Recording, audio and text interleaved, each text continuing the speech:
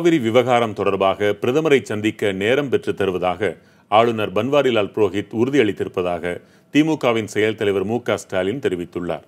தோழமை கட்சி தலைவர்களுடன் ஆளுநரை சந்தித்து பேசிய பின் அவர் இதை தெரிவித்திருக்கிறார்.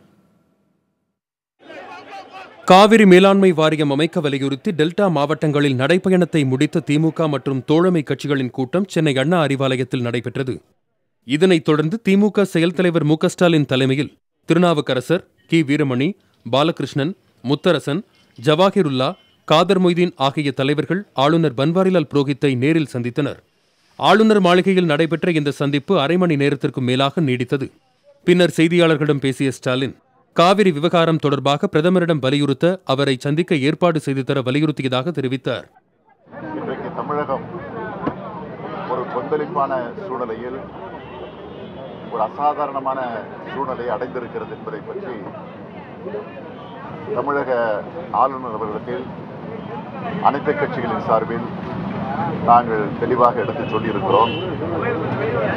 வருகிற 3ஆம் தேதி வரையில் பொறுத்திருக்க வேண்டிய ஒரு சூழ்நிலையில் உச்சநீதிமன்றம்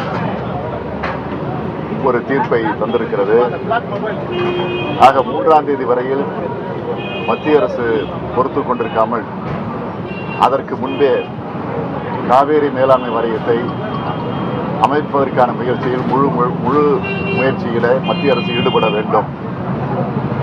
எனவே நீங்கள் கவர்னராக இருக்கக்கூடிய நீங்கள் இதை பிரதமரிடத்தில் வலியுறுத்த வேண்டும் என்று சொல்லியிருக்கிறோம். காவிரிக்காக தொடர் போராட்டங்கள் நடத்தி வரும் நிலையில் அடுத்த கட்ட நடவடிக்கை குறித்து அனைத்து கட்சி தலைவர்களுடனும் பேசி முடிவெடுக்கப்படும் என மு.க. ஸ்டாலின் தெரிவித்தார். புதிய தலைமுறைக்காக ஒளிப்பதிவாளர் ஜோஷ்வாவுடன் ரமேஷ் மற்றும் ஸ்டாலின்.